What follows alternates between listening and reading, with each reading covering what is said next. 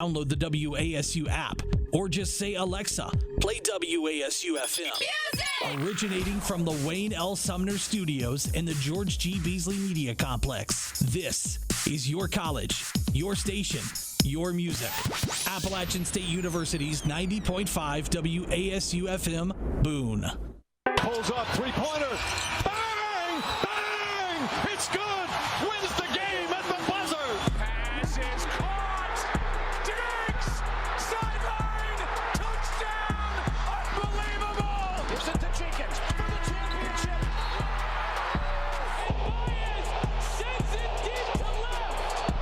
Pagan is there at the wall and it's in the basket! He's got his J-bag, folks, and the eye of the tiger. And the kick is blocked. Appalachian State has stunned the college football world. One of the greatest upsets in sports history. It's time for SportsWrap on 90.5 WASU FM. It's Tuesday night, folks, and that means it's Sports Wrap, sponsored by Eggers, and Eggers, a full-service law firm. You got a ticket, Eggers. You got mesothelioma from those commercials, Eggers. But it's time for Sports Wrap here on 90.5 WASU FM and App TV. I'm Ben Cole with my guests, Lucas Warren, Matt Schweikert, Josh Scott. We got an action-packed show, and it's an action-packed week. All App State fans, I hope you know, we have a big football game tomorrow playing Coastal Carolina. They're 14th in the country, and it's going to be here at The Rock. Wednesday night game, 7:30. That's prime time for Boone, man. But yeah, super excited. Guys, I mean, just general expectations, predictions leading into this game. Coastal hasn't really played any big competition yet. App's going to be their first test. They beat the Mountaineers for the first time last year, 34-23 in South Carolina. They've never won in Boone, but new year, new things. What's going to happen? This is as big as a game for us as it is for Coastal Carolina. Even though Coastal Carolina is undefeated and ranked 14th in the country, there's still plenty of people who are skeptical about how good they are and how they match up against other ranked opponents. So I think Coastal is going to come in here on a mission. They want to show people on prime time, on ESPN, we can beat up a really good App State team, or maybe not really good, but good App State team. And yeah, we got to be ready because they're going to come into Kid Brewer swinging. Yeah, the App State crowd is definitely going to be up for the challenge tomorrow. We'll see if the squad is. App had a big letdown last week in a big game against Louisiana. We'll see, is there any kind of hangover from that? Do they come out firing? Do they come out angry? So it'll be really interesting to see, as you guys have both said, first kind of real test for this Coastal team, but also the biggest test that App has faced so far this season, because I would argue this is a bigger test and a bigger game than even the Miami game. So, yeah, it'll be interesting to see how all those factors play together. Yeah, whether you like them or not, Coastal Carolina is 14th ranked in the country for a reason. They're undefeated. They have lost the last two times. They've come to Kid Brewer Stadium, like Ben mentioned. But again, this team's no slouch, even though they've run over every team that they've played, whether or not they've been good or not. So this Coastal Carolina team's no joke. They've done a great job on offense. Defensively, they look stout. And this App State, I think, is going to be up for the challenge this Wednesday. Yeah, and you guys mentioned App coming off of that tough loss against Louisiana. Just a lot of things went wrong. Some play calling issues, it seems like. Some third downs where App State chose to run the ball, losing the game too. Just, too conservative, it felt like. Dropped passes, bad passes. Just mistakes on all sides of the field. Defense getting dominated, not staying disciplined. But what does App need to do in preparation for tomorrow's game? Like, what needs to change? And this is another thing, too. We mentioned Coastal is, like Josh said, Coastal's 14th in the country. There's no denying they're not good. But also, you look at the country leaders or whatnot. They're like top 5 in points allowed defensively. They're like top 5 in scoring, but they haven't played anybody. No. So it will be a test, and App's a tough place to play. And they have said they want to take over. They want to take over Boone. But what does App need to do for this one? The strength of this Coastal Carolina team is that passing game. So first thing, App has to find a way to slow down that Coastal Carolina passing attack. Coastal Carolina's quarterback, Grayson McCall, has thrown for a little over 1,400 yards with 14 touchdowns and only 1 interception. Their tight end, Isaiah Likely, is an NFL talent. He's 6'4", 240, and runs a 5'4", 40-yard dash. Last game, he had 8 catches for 232 yards and 4 touchdowns against Arkansas State. Wow. He's a game breaker, so we're going to have to find a way to slow him down at least a little bit. Coastal is also very disciplined, only 3 turnovers on the season so far. I don't think this is a great matchup for us. We're dinged up in the secondary, so it's going to be tough for us to deal with that passing attack. And we haven't been very disciplined team. We've been reckless with the ball. We turn the ball over a lot. I think the best way we can win this game, and I know this isn't going to be a popular opinion after last week's loss, but I think we have to play conservatively. We have to run the ball, own the time of possession, and limit turnovers. I think that's the only way App State could really get out of this game with a win. Was their tight end the one who caught that 99-yard touchdown pass last week, by the way, against Arkansas State? Yeah, that makes sense. Okay. Yeah. I mean, App State's got to be better in every single facet of the game. Like, you look back at that Louisiana game, Chase Bryce had his worst game of the season. Looked like Duke Chase Bryce. We got bullied in the trenches on both sides of the ball. Offensive line and defense. Offensive line and defensive line just got absolutely manhandled. Had no pass rush to speak of whatsoever. Secondary got burnt time and time again. The coaching staff laid an egg. Play calling wasn't great. A lot of very conservative decisions where it felt like they were playing not to lose rather than playing to win. So every single player and coach on that team has to be better tomorrow night. Like, there's no way to sugarcoat it, because if they come out like they did against Louisiana, Coastal's going to hang 60 on us. Yeah, I totally agree with Matt. The entire team is to blame for last week's loss, and the entire team is what's going to, decide whether we win this tomorrow night's game or not. Chase Bryce got to throw better passes, man. DeMarco Jackson, didn't hear his name much last Tuesday night. He's going to have to be a factor on defense, and I think also us, the fans, are going to be a key to this game tomorrow night. Come to the Rock, everybody. This is a huge game. Coach Clark said it in his press conference. We're going to need all the help we can get in the stands. I think the noise rattling Grayson McCall, who was as Lucas read those stats out, are super impressive. But yeah, the fans are going to decide as well. I have a major say in how this game goes tomorrow night. Yeah, you guys are all making great points. Agree with all of them. I think my biggest thing is defense. I think Louisiana was the first offense good enough to, and someone said it earlier when we were talking about it, to expose our defense. I've never been that confident in our defense this year, and I think it really showed in that loss to Louisiana. So I'm looking at our secondary. Got to shut down McCall. We got to break up some passes. We cannot let them have the sticks every time. I mean, there are too many plays where we get third and mediums and our cornerbacks are literally at the sticks, and then they stay there. They run a curl route. It's an easy completion. They get the first down. It's way too easy. I want to see some aggressiveness, and I don't disagree with you, Lucas, in terms of running the football, because I agree. I think if we try to force passes and get crazy, this game could get away from us. Yeah. No, we cannot turn the ball over. Well, real quick, do we know the status of Cam Peoples and Nate Noel?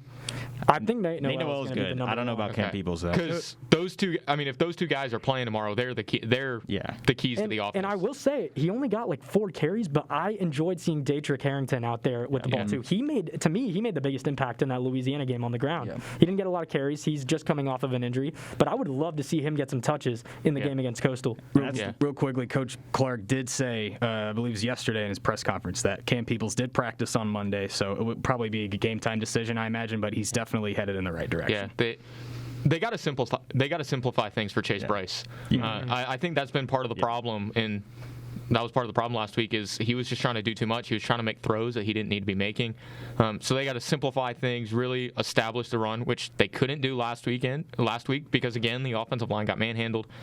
So they got to simplify. They got to simplify the playbook, as unpopular as that sounds, as you mentioned, Lucas. Because we were all upset at how conservative play calling is, but they got to do that. But if it doesn't work, they have to make adjustments, and that's something. That's something that this coaching staff has struggled with for a couple of years. Adjustments. I was just about to say adjustments. Yeah. Like, I am yet to see this coaching staff show the ability to make adjustments when something isn't working. Because it happened when we played Coastal last year too. Like, we ran the ball great in the first half, and then Coastal came out and shut it down in the second half, and we kept running up the middle on second and third and long. Yeah. And that was the difference in the game. Is coaching staff just got out-coached. Yeah. I mean, no, we have all the personnel to run the ball, and that's probably the weakest point of this Coastal Carolina defense. If I was looking, I think they allowed like 150 rushing yards a game. But yeah, you're completely right. If it comes to the point where we're down and we have to throw the ball, we have the personnel to do that too. We have 4 super senior wide receivers. I think it's crazy how conservative play calls were last week. Yeah. Just the talent on this offense, we should be so much more dynamic than what we showed in that game. And just throughout the season, like I just feel like this team, talent-wise, there's no reason why we shouldn't be able to play with Coastal. I just don't think this team has hit any sort of the peak that it could be, where Coastal is just a better team right now. They're playing better. They're firing on all cylinders. We haven't been able to. We've done it through stretches. Elon game, we looked good. Georgia State game, we looked really good. But you're supposed to look good, though, in those games. Yeah, of course. Those aren't great teams. No. On paper, this team is as talented, if not more talented, than the 2019 team, in my mind. I was just about to say, we basically, you mentioned it, super seniors. We basically have the same team that we beat Coastal with. Right. Add a better quarterback, in my opinion. Right. There is no reason for a team this experienced. We brought back something, like 18 starters this year? Yeah. Like, there is no reason for a team this experienced to look as bad as they did against Louisiana. Yeah. One more thing, too, guys. 4 turnovers last week is not going to win you a football game. We can't turn the ball over as much as we did last week against Louisiana, because Coastal Carolina is going to take advantage of that, if not better than the Raging Cajuns did. So cannot turn the ball over. It's killed us all year. 4 turnovers. Coastal only has 3 on the season. And that was the rap on Chase Bryce when he left Duke. Yeah. Was he had more interceptions than touchdown passes that's last the thing. year. We talk about how experienced this team is. They don't look like an experienced team. They make just mistakes that you feel like if you are an experienced player, like you're not going to make, like Chase Bryce. And just this offense is, I don't know. This isn't the team I expected at this point in the season. I thought we'd be 5-1, maybe only lost Miami going to this game, and I'm just not feeling great about this team right now. And I mean, just bringing up that Miami game hurts, because we should have won that game. Should have. 9 points. Too many mistakes. on our part, and we only lost by 2 points. Chase Bryce can't hit a deep ball to save his life right now. No, too many. He overthrows guys. He underthrows guys. He's got to get it together. But going back to that, mentioning Chase Bryce, actually, Lucas, we were talking about it earlier. The first drive against Louisiana, he was 4 for 4, 61 yards. Very comfortable in the And then we settle for a field goal. We run the ball on 3rd and 8. We run the ball on 3rd and 8. Run the ball to the outside in the red zone. And that's the playing not to lose instead of playing to win. And we were down 7-0 at that point. So you're just accepting being down 7-3, giving the ball back to the other team. Yeah, and Matt, you hit the hammer on the head. Adjustments, because that is the thing I have yet to see. Yeah, adjustments. That's starting to become the knock on Sean Clark. Yeah, is his inability to adjust on the fly. And you can even kind of go back to last season when he made the analogy about making bread and running the football. It kind of just shows that he knows, he doesn't really care. Right. I'm not saying he doesn't care, but he's with that philosophy. We're gonna just keep just gonna keep doing it. He's a former offensive line coach. He's gonna live and die by the run, for better or for worse. And unfortunately, the last couple of years, it's been for worse in a few games. And real quick, before we get to our predictions of this matchup, I want to talk about that, because we've been talking about play calling and conservativeness and whatnot. We have heard Sean Clark say before that he has overruled Pons on play calls. I'm curious how much of an impact, or if that happened, if any, in the Louisiana game. Because, we were talking about it. 3 third and longs, third and mediums. We run a draw play, or we run an inside zone run. And I'm just why? Did Pons really run this? The guy that's 3rd and 3 running play action tight end screens? Right. And I don't think Pons would do that. No. Because he was on Satterfield's staff, right? Right. Yeah. Yeah. And Satterfield loves to air that thing out. Right. And we saw it last year. I think I maybe made this comment in our group chat. It felt like we were watching last year's offense. Yes. And we had the exact we were making the same complaints verbatim last year.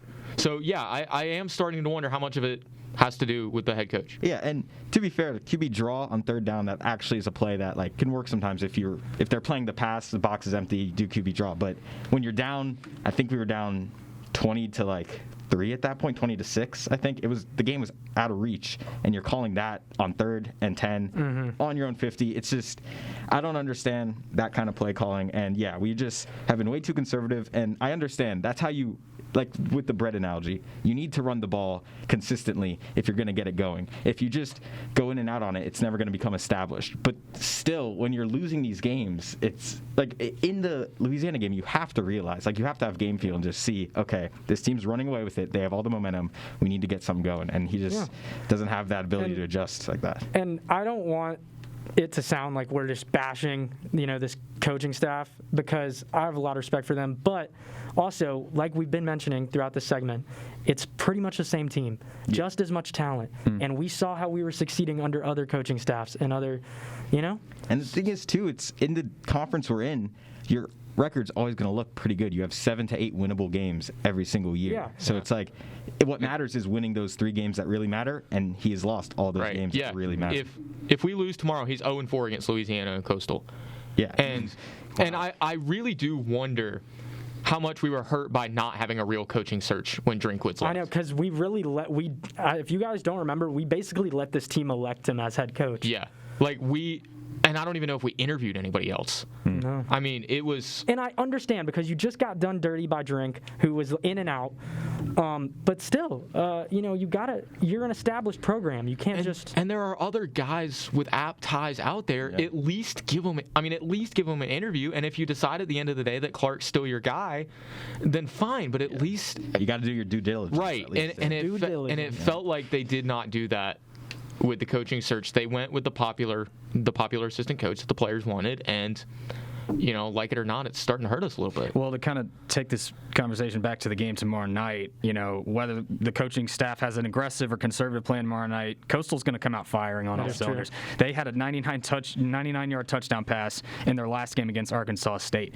Our App State defense and our secondary will have to be ready for that, because if they get the ball first in the coin toss, they're going to march down the field and try to get in the end zone. Yeah, this Coastal offense is all about speed. Yeah. Their linemen are undersized, but they have a center that he's only like 5'10", I think, but he's really good at getting out on run plays. They're all about speed, playing quick, and they want to put points up. So, we have to be ready for that. And they're really experienced, too. Yeah. I think they brought back something like 19 or 20 starters from last year's team. So, and Grayson McCall, for my money, is one of, if not the most dynamic athlete in the group of 5.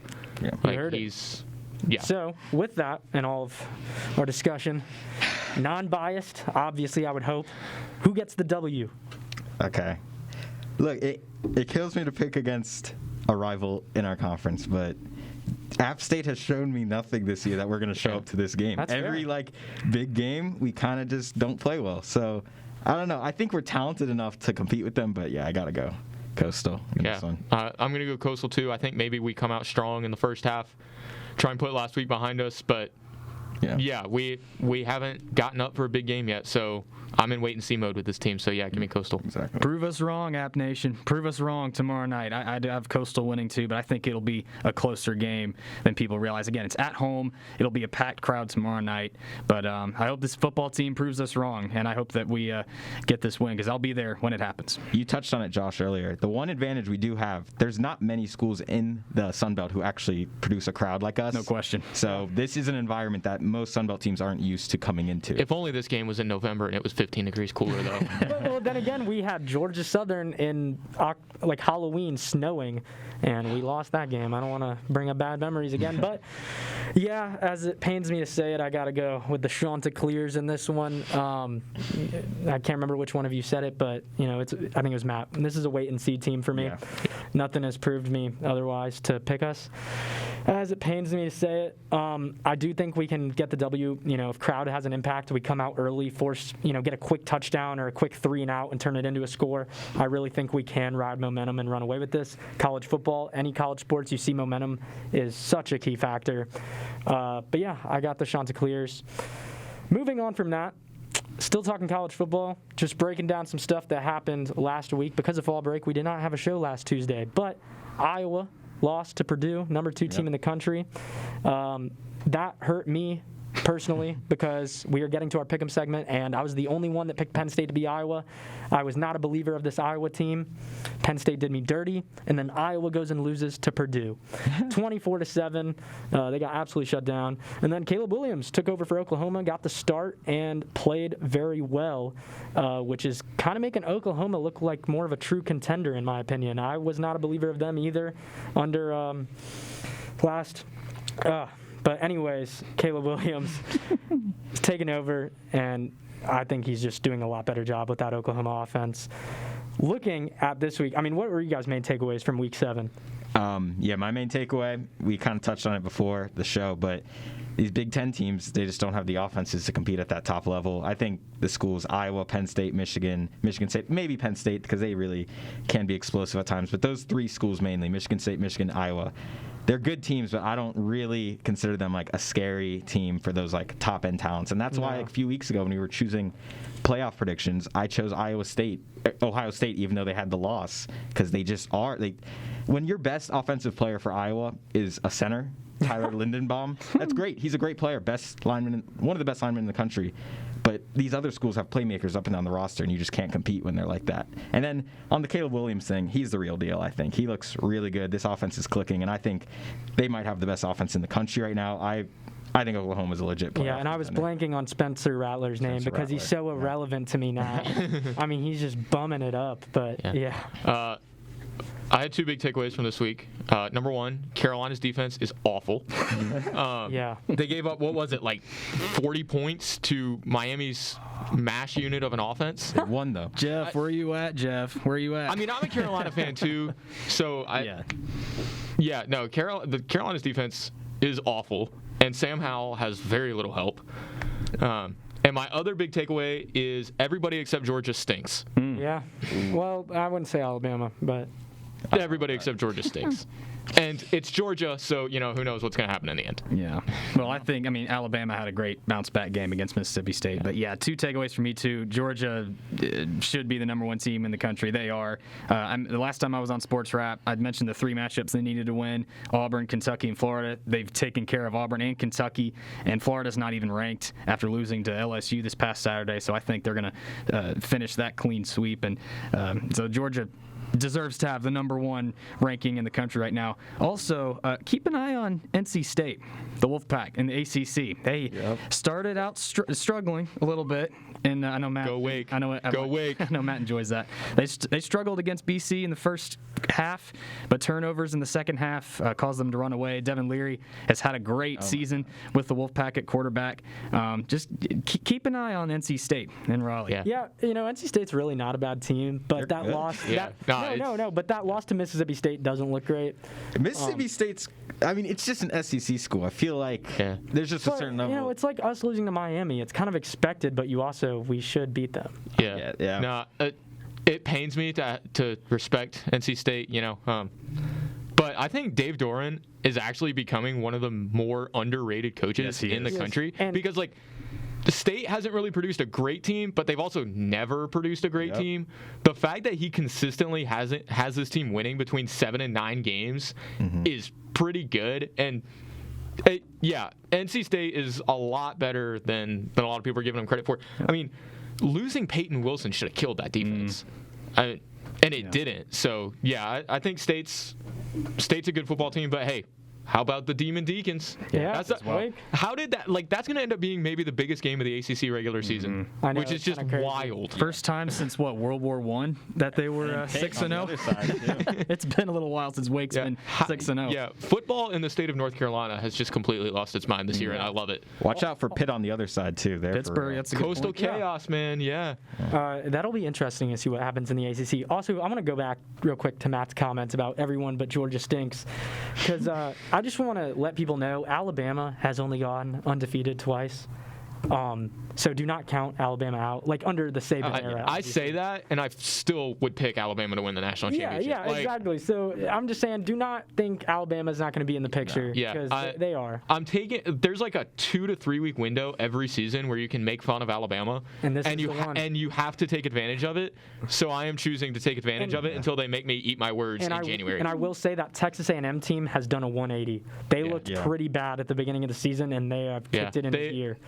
Calzada found something I was gonna say, after that Alabama game. Yeah, they he have really finally, does look like they have finally figured out the offense. Yeah, so quickly moving on because we have gone a little over on this. We're going to get into our pick'em segment. Just going to update y'all. We pick games every week. College football. We're doing college football and NFL today. But a little record update. Sadly, Texas choked for me. Penn State choked for me. And Ole Miss almost choked for me. So I ended up going 1-2 the last time we did this. I'm at 7-7 now, even 500. At least it's not a losing record. Yeah, Lucas is 8-6 because he had Iowa, SMH. Josh was 3-2, and then he went 3-0 that day, so he's at 6-2 now. And Matt, I do not know because Matt has not really been on it. I have not been on Pick'em yet. So yeah, you see, I got looks like a quarterback play sheet. Anyways, we're gonna jump in. It's not a big weekend in college football, but we do have some interesting games. LSU and Ole Miss. That's the first one. Who you guys got? I think this game's got blowout written all over it. I got Ole Miss, team that's angry. They lost a bad game to Alabama. I think they're a really good team, but they really just got blown out by Alabama, and I don't think they're getting the respect they deserve. Tennessee is kind of a joke. That game was a joke in Tennessee, and Lane Kiffin got hit in the head with a golf ball. So they're all kind of messed up and angry. And LSU half fired their coach this week. They said he's going to be fired at the end of the season, so you'll be able to coach it out. I can't imagine that's great for the locker room. Yeah, coached by a guy that knows he's not going to be coaching there next year. So yeah, I'm going Ole Miss in a blowout. Yeah, Ole Miss is angry. LSU's probably deflated, especially not only did they pre-fire Ed Orgeron, but there's been a lot of articles that have been detailing the dysfunction around that program. Yes, bringing the girlfriend's kid. Yeah, so and there's a bunch of reports about they don't even like playing for the guy. Yeah, so all those players' heads are probably elsewhere. Ole Miss is angry after the chaos that happened at Tennessee. So yeah, Ole Miss.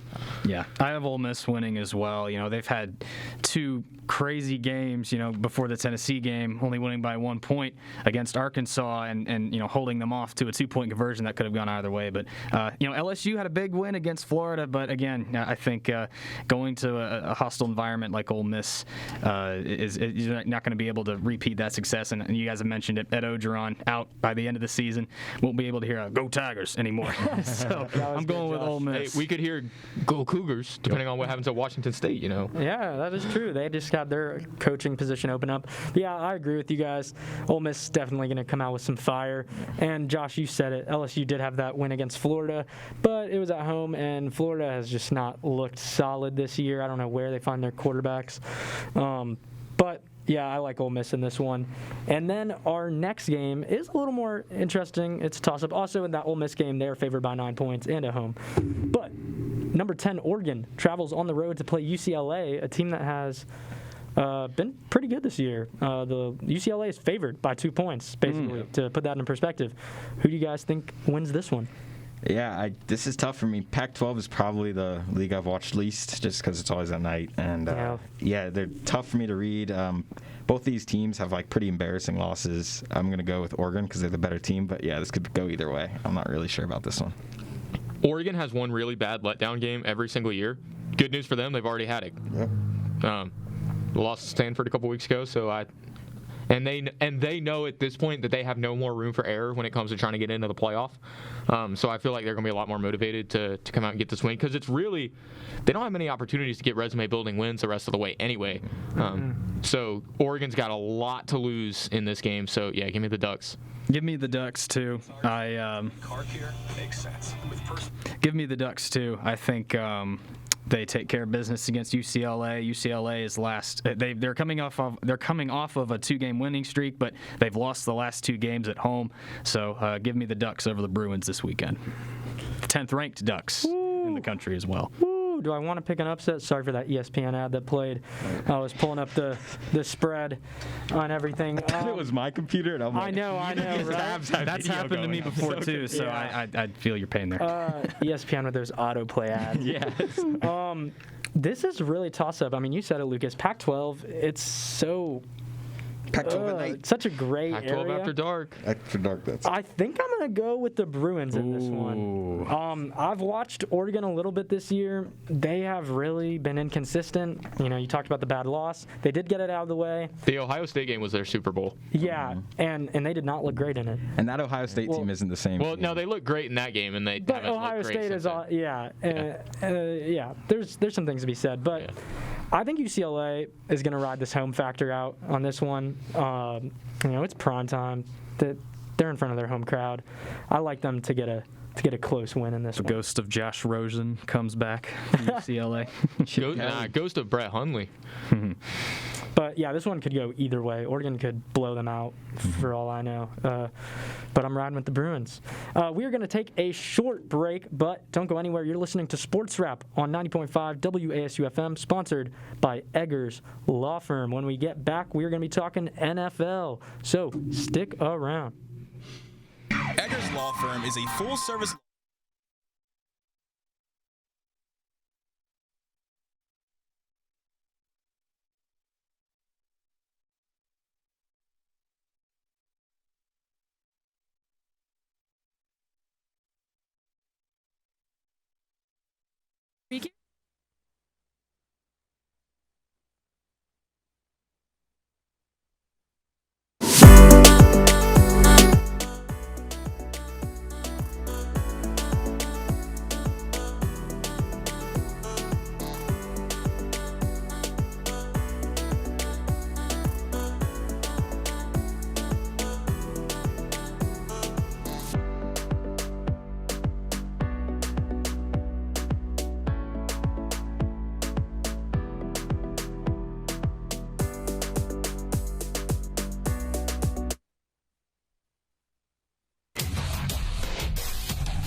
Welcome back to Sports Wrap, sponsored by Eggers Law Firm, a full-service law firm for all your legal needs.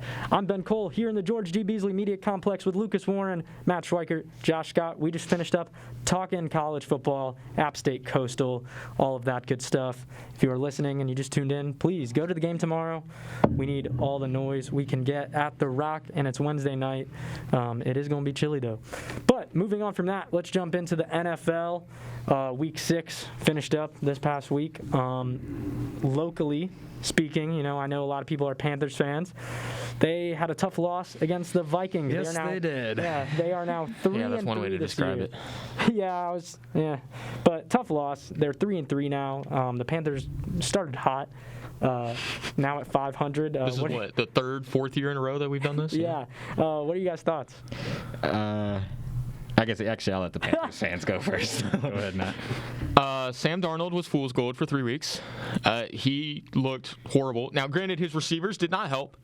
I think I saw a stat. It was like the 6th most drops ever in a game by a group of receivers. It was ridiculous. So the entire offense just played horribly.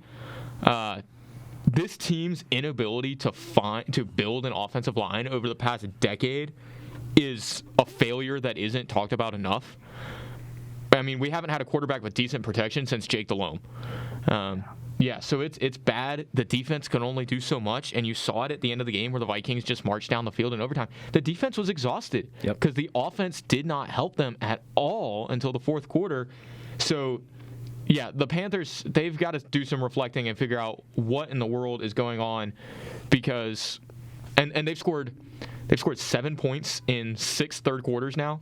So 7 points in 90 minutes of football, which is just inexcusable. And again, that's at least partially on coaching, inability to make adjustments and get your guys coming out firing in the second half.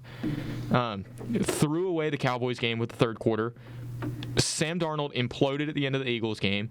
And then the offense waited until the last half of the fourth quarter to figure things out against the Vikings. So it's just, I don't know what they should do first, but they've got a lot of problems on that side of the ball that they need to figure out.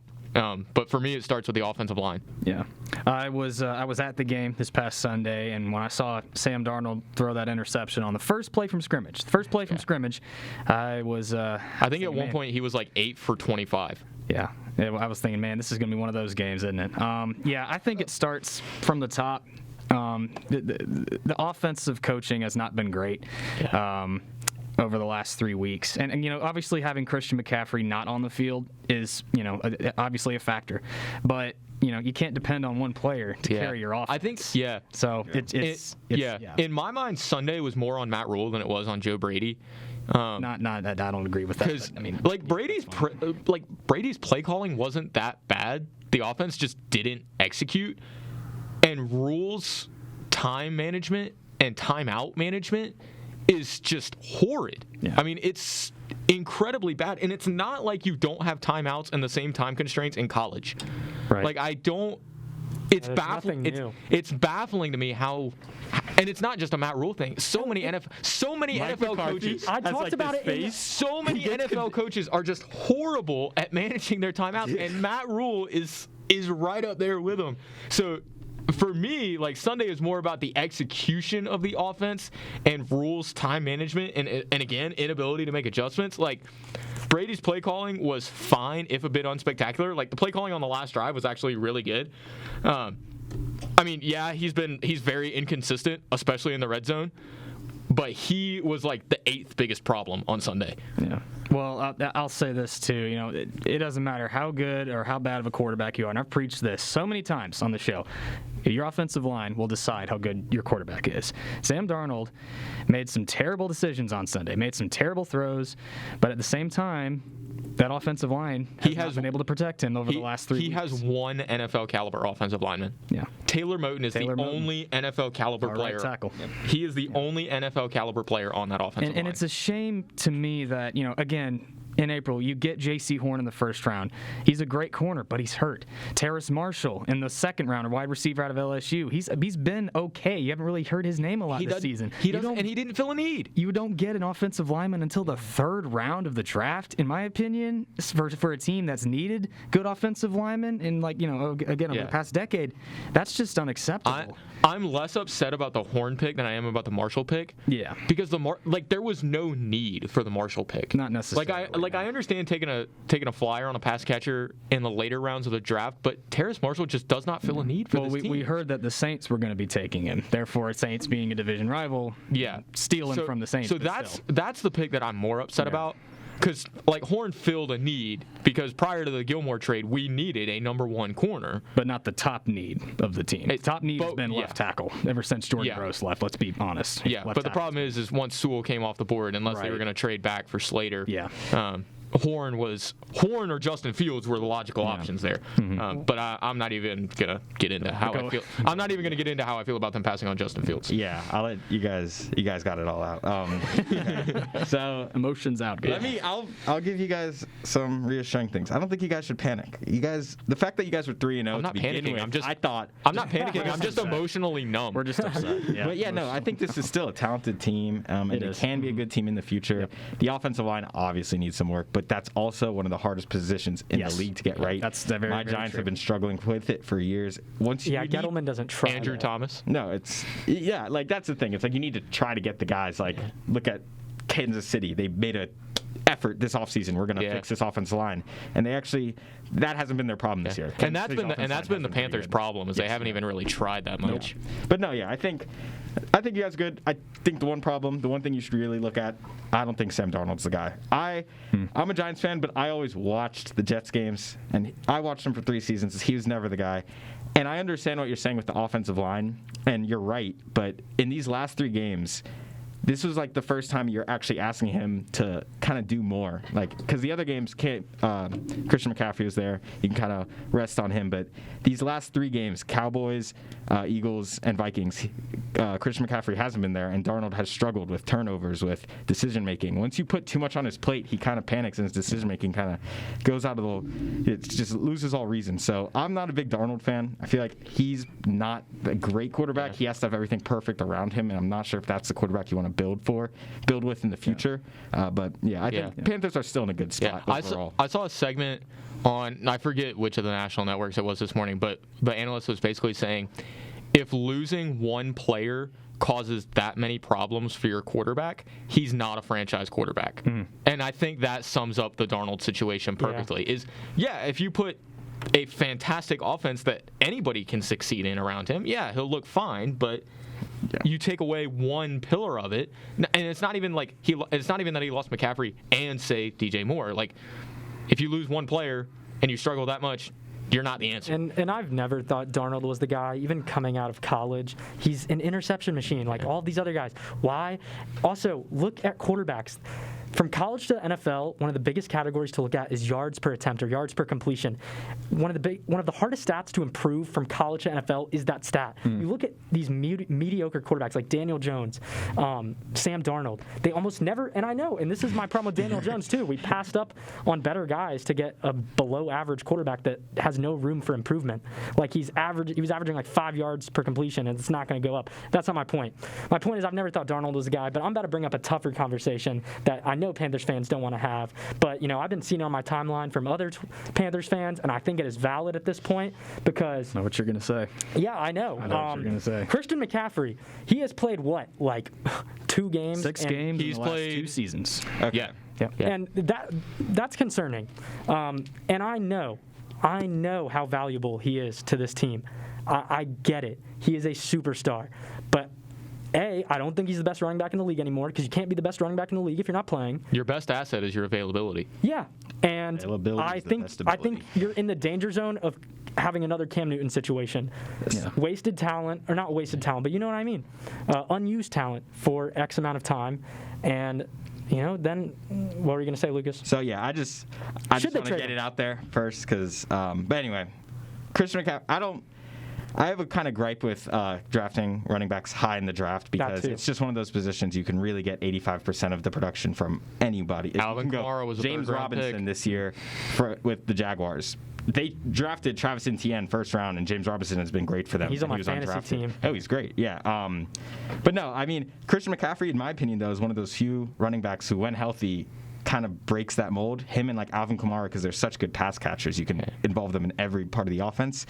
But I don't think you need to trade him. I don't think it's really Christian McCaffrey's fault. I think this team is just over. I'm not saying it is his fault. You are exactly right. Yeah, but you're right. Exactly I'm not right. saying it's his fault, but I'm saying you were just talking about offensive line he's improving. You're telling me you can't get assets for Christian McCaffrey, and then, like you said, get a guy to take that position that's going to give you stars in the similar NFL, though, you really don't get great returns. You're not going to get any win now players. No team is going to take Christian McCaffrey and give up a great offensive lineman.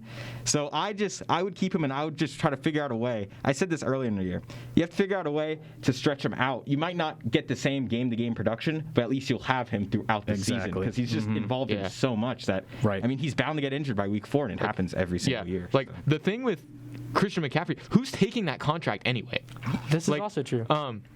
Like before the season and before all of the legal stuff with Deshaun Watson came out, I would have thrown him into a Deshaun Watson trade in a heartbeat. But now at this point, I'm not sure what trade you can make with him that makes sense because, teams are going to start saying he's injury prone. We're not going to take that contract. We're not giving up multiple first-round picks for that guy. And his value to the team when he's actually available is that of a guy that's worth multiple first-round picks. So I just don't think they're going to find any sort of value in the trade when you combine the injury history with the contract. But at least you're considering it. Like, you're not immediately shutting it down. I know. I think there's validity in the conversation. I think it is a valid conversation to have, especially because running back is the easiest position to replace all of that production. And his value as a receiver is a bit lower now than it was a couple years ago because of how many other weapons the Panthers have. So I think it does make sense to at least have the conversation and answer the phone calls. But I don't think they're getting anything approaching fair value in a trade for him because nobody's taken that contract with the injury history without paying 30 cents on the dollar. Right. You're exactly right. Both of you guys, I agree with. You, at least the conversation could be had, but you do not trade Christian McCaffrey at all. The Panthers, the players they have let go in the past, Josh Norman, Steve Smith, and there's been so many other players I can name out for the Panthers who have been let go by the team or traded, and they have done well with that team. Half of the Bills roster is with Panther players. I mean, Norman flamed out. But also he's still in the league, so he at least has. Like, those trades made sense, and it's not the same situation in my opinion. Like Christian McCaffrey, you were dangerously following the same path you did with Cam Newton. I agree with that. Dangerously. I agree with that. Okay. Yeah. So the only thing I would say why you don't trade him, Matthew said it, the value is just too low. You're not going to And I get agree. any sort of return, and there's no point. And the way I look at it, it's like you still have aspirations of being a good team. So when you're a good team, you're going to want a player like Christian McCaffrey. So I feel like when you trade a player like Christian McCaffrey, it's like kind of the opposite, where like they're a young team trying to build up to be a great team. I feel like it's the teams that are great and then are going towards rebuild. That's when you trade Christian McCaffrey. But for right now, you're going to want a player like him. You already have him under contract. You're not going to get value back. I would just say keep Well, him. we traded for Stephon Gilmore, and that means this coaching staff is in a to win win now, now yeah. mentality. Yeah, and it don't like, understand. and the thing with trading McCaffrey, like I am not familiar with the language of his contract. Like, I don't know, like. It's a lot. It's like, what, 4 years, No, I know $16 about the money, but like, what kind of dead cap hit would the Panthers have to take if they yeah. trade Oh, him? right. Huge dead cap Yeah, if they space. trade It'd be him, $30 million. yeah, if they trade him and they're not getting significant cap relief, then it doesn't make any sense at all. That's why I really didn't think the Eagles were going to trade Carson Wentz. Yeah. Because the dead cap hit they had to take on was just ludicrous. So if it's a similar situation with McCaffrey where you really aren't saving money anyway by trading him, then just let the contract run, see if he can ever get healthy and give you that production again. Yeah, real quickly, this is what the Panthers need to do. They need to go out and get some quality linemen, replace John Miller, replace Matt Paradis, and share and have McCaffrey share the workload with Chuba Hubbard. Ever since Chuba stepped in for this team, he's done pretty well. Had over 100 yards against the Eagles a couple of weeks ago. He can't catch the ball. Right, but he can anything, share but- the workload. That's what they need to do for. They could be for in a this similar kind of role with like how Kamara and Mark Ingram, Right. Where And, Chubb Tony was more Pollard the I was going to say Ezekiel Zeke and Elliott. Tony rusher, Pollard. Yeah. and then Christian Cowboys. McCaffrey's like the third down back, more pass Right. catch. Yeah. Chuba's a good runner. I think he gives the Panthers the ability to not have to run McCaffrey between the tackles as often, Yeah. which is really the biggest problem. But yeah, they're not getting anything in a trade for him, so you're better off just letting the contract run. Good talk. I just wanted to throw it out there because I was seeing even Panthers fans, bring it up on Twitter and stuff, and I thought it was valid to at least throw it in the conversation and, stir the pot a little bit. We got to have something. But moving on, we'll pick some NFL games now. Looking ahead to Week 7. Speaking of the Panthers, speaking of our Giants, they're going at it. It's going down. Yeah, boys. the toilet bowl. The toilet bowl. In New York, right? Yeah, I believe so. No, I think it's in Carolina. No, it's at the Meadowlands. It is. Yeah, I thought so because I would go to that game honestly if it was in Charlotte. Anyways, who you guys think gets this W? I have no faith. We are terrible. We stink, dude. Like, it's not even. And then it's like the only bright spot. Daniel Jones has actually looked like a confident quarterback. He really for like has. 4 weeks, and then he was just like. It's so weird. He hates playing at home. It's like home. I forget the exact number, but like his stats on the road at home are like drastically different. But yeah, like we're terrible, dude. Yeah. That's a true Giants fan right there, ladies and gentlemen. Asking me if I'd rather bet on Sam Darnold or Daniel Jones is like asking me if I'd rather take a test or write a paper. Like, It's a great analogy. yeah, it's not a fun decision at all. I'm gonna go with the Panthers just because of the defense. Especially that, I think that front seven can cause a lot of problems for Daniel Jones. Hassan Reddick has been excellent. Yes, he has. He's been a Yeah, Brian Burns is gonna mess up Daniel Jones. Yeah. He's gonna break his sternum. Yeah, the Panthers defense is starting to regress a little bit statistically, just because of how much help they haven't got from the offense the last couple of weeks. Like, they've given up a lot of points just because they've been put in a lot of bad spots by the offense. But the defense is really, really good. And Stephon Gilmore is eligible to play this week. We'll see if he actually does. And if he does, is he on a snap count or anything? But that could potentially be a game-changing thing. So I am picking the Panthers solely because of the defense. I have no faith at all in Sam Darnold.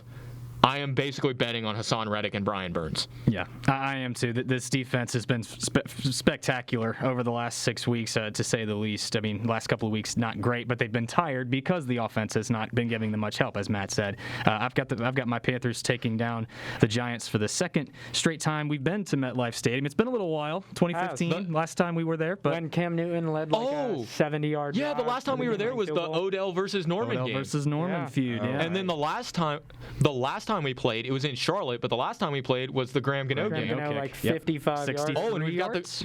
we've got the Graham Gano revenge game today. Oh, that's true. This Yeah, game. y'all So- have him now. Got a Oh, little boy. stats on the fly for you. This season, equal games home and road, Daniel Jones has a pass rating of 99.6 with 749 yards, 3 touchdowns, 1 interception on the road. And then at home, it's 71.7, 775 yards, 1 touchdown, 3 interceptions. That is 3 pretty games ins- each. He doesn't But like playing also- in New York. Yeah, but who have we played at home? We played the Rams. I'd have to look. That And then, would be, yeah, I but I was think about to like say. historically, he's like throughout his career, but I would have to find that. That's a good point. Also, he's on an unprecedented run for him of not fumbling. Yeah. But he threw it to a lot of other defenders. he's statistically due for like 4 fumbles this week. Unfortunately, both quarterbacks in He this loves game have dropping the been ball. He fumble loves prone. So Yeah, no, the final score of this game might be 14-10. Yeah, I like the Yeah. Panthers, and I agree with the defensive aspect. I mean, talk about offensive lines being terrible. Giants know all about it. I don't think we get anything going The offensively. Falcons and the Broncos were the other 2, and then the Rams. So those And the Falcons. not even like Yeah, and the Falcons kind of stink. Oh, that's tough. Well, we're running out of time, but next game in the NFL Week 7, and there's not a lot of great games going on this week either, but this is one of the better ones. Bengals, Ravens. Who you guys got? I gotta go with the Ravens. They're rolling right now. Bengals Yeah. are good, but they're still like a young team on the up and up. And Ravens are hitting their stride right now. They've won a lot of close games, but yeah, I think they're gonna steamroll them. Yeah, I'm not quite buying into the Bengals yet. The Ravens rolled over the Chargers without Lamar Jackson really even playing that great. True. You know, they blew him out with Lamar not being at his best. So the Ravens are rolling right now. So I'll take the Ravens. I've got the Ravens too. I think Mark Andrews is the most underrated tight end in all of football right now, and Lamar Jackson loves to throw to him the same way Cam Newton loved to throw to Greg Olsen as his number 1 weapon. So I've got Baltimore taking down the Bengals. in this one. Reminiscent. Yeah, I like Baltimore too, and I think Lucas said it. They have been in some close games, but Matt, you touched on it. Lamar didn't even play that great last week, and they still got a convincing win.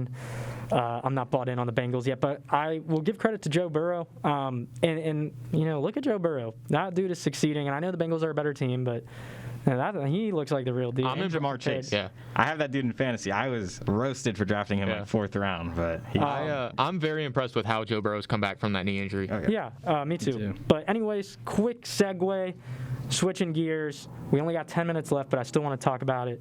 NBA opening night is tonight, and MLB playoffs have been going on. First, just because NBA is starting tonight, and there are 2 pretty good games. Nets taking on the Bucks, Warriors taking on the Lakers. What else could you ask for? Yeah, Lucas, any thoughts? Yeah, I'm super excited. I'm an NBA guy, if anyone didn't know. Bucks Nets, one of the great series. Last playoffs went 7 games. I think the Bucks will win this one though. Nets have a lot of turmoil coming into the season with the whole Kyrie vaccination situation. So, Yeah. and the Bucks are just sound, and it's championship winners the next season when they're defending their title have like historically been great. So And the Bucks- Giannis has been working on that jump shot. The thing is now that like his demons are gone, it's like there's no one's gonna be like watching as he misses all these That's threes. true. And Yeah, free throws. He doesn't care. He won an NBA championship. He could really go on an early Yeah. 90s MJ type of run Yeah. right now that he's finally gotten to the mountaintop. He's if I was a betting man, I would definitely bet Giannis MVP because his odds are so low right now. And I mean, after the win, I think he could really do it. And Bucks are my pick to win the finals just super early. But yeah. Again? I Wow. think Back they're to repeating. back? Yeah. Ooh. That team is is- bold. That just if I could just go, the 2 other contenders, Nets, ton of turmoil. You literally Yeah. have one of your top 3 players just not showing up Oh, for I know. It's practices, ridiculous. and just not in the building. And then for the Lakers, they're just so old at this point. LeBron's gonna have a recession year eventually, and just beyond that, Russell Westbrook fit not there. Nope. So many I'm a big role players Russell who hater. are like, I love Carmelo. But he's at this point not contributing to a championship level team. So yeah, I Oh. think the Bucks are the most sound team in the NBA right now. Just, we're going to get into it later, but I cannot wait to get on my Russell Westbrook rant. Oh yeah, I will join you right Oh, there, I Ben. know. Yeah. But yeah, anyways, going on. Yeah. Matt. I don't have many thoughts on the games tomorrow night. It will be interesting to see how the Nets play without Kyrie. I'm very excited to watch the Hornets play this season. Excited to see what LaMelo does sophomore year. They're going to win all this season. Yeah. Let's go. No, I'm just kidding. Hopefully Gordon Hayward will be healthy for the first time in 5 years. That would be a nice thought. Miles Bridges is going to be dunking on everybody. So I'm excited to see what the Hornets do. I am also very excited to watch the circus that is the Philadelphia 76ers because Ben Simmons got thrown out of practice today. Phone on in his pocket. Yeah. And is not, so funny. and he is suspended for their opener tomorrow. I am so excited to just see all of the fantastic media content we're going to get out of the Sixers this season. The drama of the NBA disgusts me. But anyway, moving on. Yeah, I think the two games tonight, I mean, I don't really have a say. I'm just looking forward to two good basketball games, Same. I guess. You know, the Bucks, I think they take down the Nets, and I think LeBron James, even though he is probably going to have a recession year, like Lucas said, his 19th season in the NBA. Isn't that crazy? 19th season. I think him and Anthony Davis is still playing for them, right? For the Lakers? Yeah. I think they're going to ball out, and they're going to beat the Warriors tonight. So Yeah, I like those picks. But speaking of the Warriors, because Lucas talked about the Bucks, and I'm with you, Josh. I'm just gonna enjoy these games. But You got the Warriors. the Warriors, I mean, they're back. They're back. Steph and Clay. I was gonna say, is Clay back tonight? I don't think No, he's not back until He's not January. playing tonight. No, but he will be back. Yeah, he's gonna. I'm be talking about this season because he Okay. was Yeah. saying the Bucks. He's picking the Bucks as a way too early No. champion. Clay's gonna When- come back. When Clay and Steph are back and the Warriors are the I'm so chemistry excited to builds, see them. Yeah. don't count them out. I mean, let's not forget they had the best record in NBA history. So if Clay doesn't get injured again. Well, Yeah. and Gotta stay healthy. Draymond can't score anymore. yeah, but Draymond really was good at never an offensive specialist. No. They also don't have the role players that they had back then. But anyway, Yeah, but the Warriors, I like them. They could very well win it. I don't think the Lakers are going to get it, and a lot of it does come down to that dynamic with Russ. Can you imagine Russ and LeBron on the court at the same time? Just yeah. think about a lineup where. No. Think about a lineup where Russ, LeBron, AD, and then I don't know who their other two guys are, but that's Malik Monk and Kendrick terrible. Nunn. It's too much congestion. Yeah, no, it's like Anthony Davis is going to be the best shooter of the three Yeah. of them, or LeBron, I guess. Like Well, either of those guys, I don't know. And like the only guys on that team they have that can shoot, like Monk, Nunn, Carmelo. the guys that on that team that can shoot can't guard No, can't play- anybody. Yeah. Oh my God, no. So they're gonna have to pick between. I mean, they're basically gonna have to pick between offense and defense because LeBron doesn't really play that great a defense anymore. He can when he Can wants. when he tries. When he tries. Yeah, but he doesn't try in the regular season. That's the thing. Yeah, so I just don't know how many good two-way players are on that team. That's fair. It's not. Real quick, switching from NBA, because I do want to just make a pick. I know you guys aren't big baseball guys. I know Matt is. But World Series champion prediction. The ALCS and NLCS are going on right now. Red Sox, Astros. Go Braves. Yeah. Who do you got, Matt? I'm going to go with the Braves just because they're the team that I Think they're winning it all? they're the team that I dislike the least of the four that are left. Like, I have varying levels of disdain for every single team that is Same. left. So I just, for the sake of my own sanity, please don't be the Red Sox or Astros. That is all I'm asking for from the sports gods. I'm not a baseball fan. I don't watch baseball. I watch playoffs sometimes, but I just don't want the Red Sox to win. That's my only hope. That's of fair, this Sam. playoffs. Boston's won too much. Okay, Boston's won too much. The Astros cheated, and I refuse to believe that they stopped when they say they did.